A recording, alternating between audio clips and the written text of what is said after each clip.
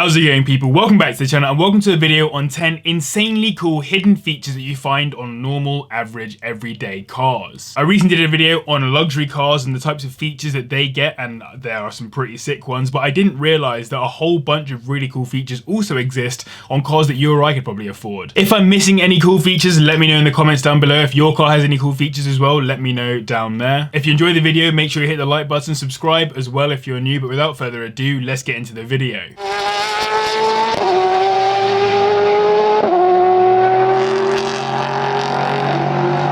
First up, we have one that lots of people probably already know about, and that is the Vauxhall Sharks. Now, on a whole bunch of Vauxhalls that have been released since sort of the early 2000s, they have had sharks somewhere hidden within the cars, kind of like little Easter eggs. These sharks serve literally no purpose. They're not there to make the car look cooler or anything like that. They exist because one designer apparently was tasked with making the front panel for the glove box for the Vauxhall Corsa back in the day. This is a pretty boring thing for a designer to have to design, and so he took it home and showed his kids, and they were like, why don't you just draw a shark on it? That'd be cool. And so he thought, yeah, why not? I'll just draw a shark on it. So he drew a shark into the design, got it approved, and now we have a shark on that Corsa's glove box. And because of that, Vauxhall decided it was a pretty cool thing they could start to put into other cars as well. My mum literally has a Vauxhall sitting outside the house and it has a shark in it. And it's not just Vauxhall that have done this though. Volvo did it too. In the back seats of their Volvo XC90, which is sort of 3 layers of seats, in the rear row they expected only kids to be sitting there. So for the little storage bin, they put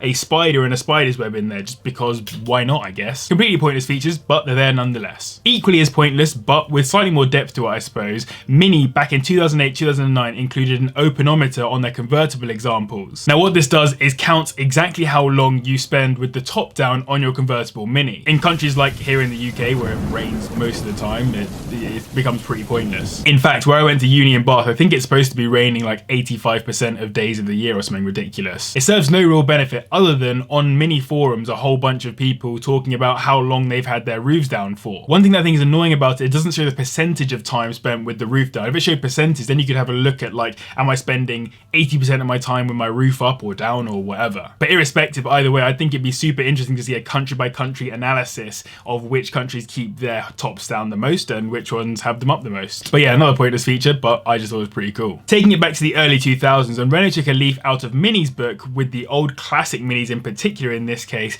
with what is called a boot chute. The Renault Modus is quite a big car and it's got a big hatchback on it, and yes, the hatchback opens like any other normal hatchback does, it just flips open, I guess. But what if someone parks super close behind you, or what if you're in a rush, or what if you just didn't fancy opening the full boot? Well, they designed for this for some reason, and they gave you a little chute that you could open, almost like a mail chute or something like that, where you could just pull it open, shove your stuff into the boot and close it up without having to open the full hatchback. That meant if a big car had parked up behind you and not giving you enough space to open the boot, you could still open the chute instead and then just shove all your stuff into the car and crack on. It's a pretty basic but also quite interesting and innovative idea for the time, I suppose. It's literally early 2000s. Moving on to a car that's probably not an average car here in the UK. It's not something that we see on the roads often, but this is more for the 8% or whatever US audience that I have. The 2020 Dodge Challenger has very interestingly placed cup holders. If you're a mechanic or someone who's just particularly proud of their engines, this might apply to you the most. Unlike the Cullinan, which opens up at the rear and allows you to sit down and have a drink out the back of it,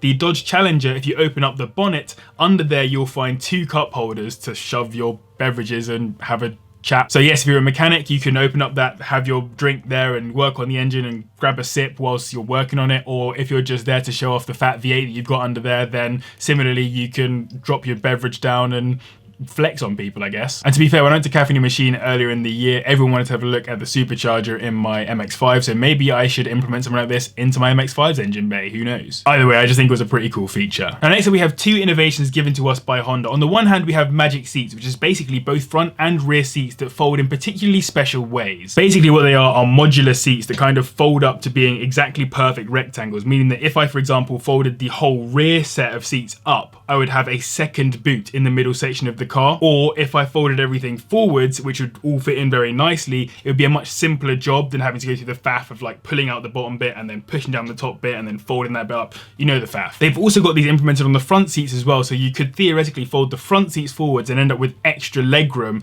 for people sitting in the rear. So that's a clever one, and I think it's actually really quite a helpful thing. So a shame it's from the Jazz, because I don't really like Jazzes, but this was from the Civic as well, so there you go. And owners actually attest to how good this is. in their cars. And owners of the Honda Odyssey will also note how good the vacuum cleaner is inside the car. So trying to get a vacuum out from the house to the car can sometimes be a pain, or if you turn up to a petrol station, you have to pay in cash and you've only got a card or whatever, it's quite hard to get your car vacuumed. Well, the Honda Odyssey has a secret compartment that actually has a vacuum cleaner in it, which you can use to hoover all of the inside of your car, and then once you've done, you can remove the bag, get rid of all of the nonsense, and put in a new filter, etc., all within the car. I think that is a pretty sick idea. Now, nowhere near as practical, but way more historical, in the VW Beetles that were replenished in like 1999 to 2010, you can get a vase behind the steering wheel. And yes, you can literally just put water in there and a plant and have a plant in your car behind the wheel for whatever reason. And the reason why this is a thing is because back in the 1950s, VW started to put vases behind the wheels of their cars as kind of an ode to even older cars. The major idea was that you could accessorize your car even more with some nice flowers in there and with a porcelain vase from one of the high-end porcelain dealers in Germany. And the reason why this is even more historical is because back in the 1800s, when cars first became a thing, people used to have vases in their cars as a replacement for air fresheners. Back then, obviously, engines smelled pretty bad. There was nothing to kind of get rid of the smell when it came into you in the cabin. And also, you might have a really bad smelling passenger, so you wanted to get over their BO, so a nice set of roses in the front wouldn't go amiss. Obviously, by the 1950s, this was less of a thing, so instead it was more of like an accessory that you could have. And by the 1999 example, it was more of a look, we're looking back at our history, and it's just a nice thing to have. You don't find them in the newer Beetles, unfortunately, but I think it was cool either way. Now, in my previous video on luxury car features that are pretty ridiculous, I mentioned these perfume air fresheners that would actually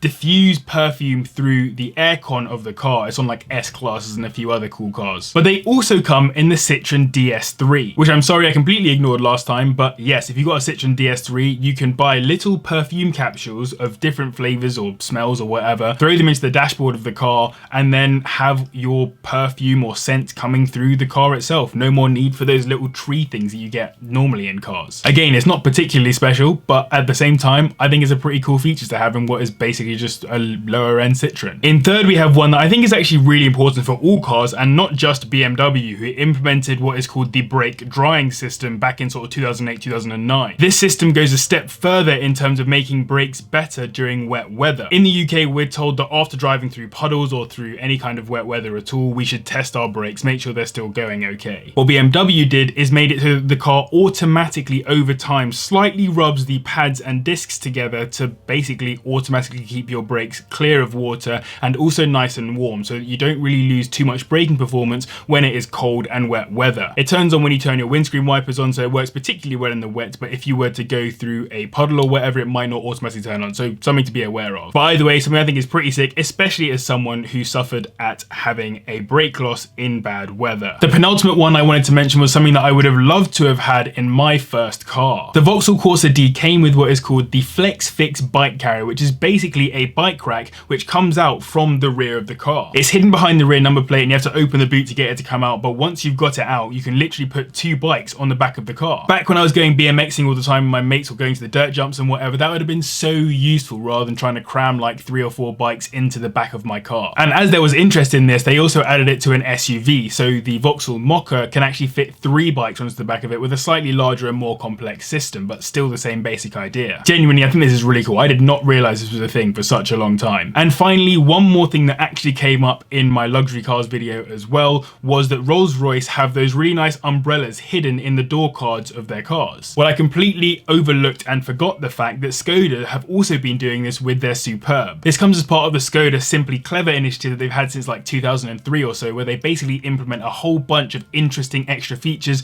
that help with practical day-to-day life. In this case, a nice 16 to 20 quid umbrella that fits into each of the door cards at the front, rather than each umbrella costing £1,000 in the Rolls-Royce. This would be much more useful in the UK than the Mini's openometer. And can I just say, in general, all of the newer Skodas that I've driven have had really good use of space. Like, they just are able to somehow make the most of their space. Really good storage facilities as well. So like, as in if you want to put a bottle in or whatever it is, they have all of that kind of nice stuff. But anyway, before I start fanboying over Skoda, let's close this video there. I hope you guys found a new feature that you hadn't heard of before. I hope you enjoyed this video as well. If you did, make sure you hit the like button. I would really appreciate it. Big thanks to you guys for watching, as well as the patrons for their continued support. If you haven't already, make sure you subscribe. But as always, thank you very much for watching, and I'll see you in the next one. Listen.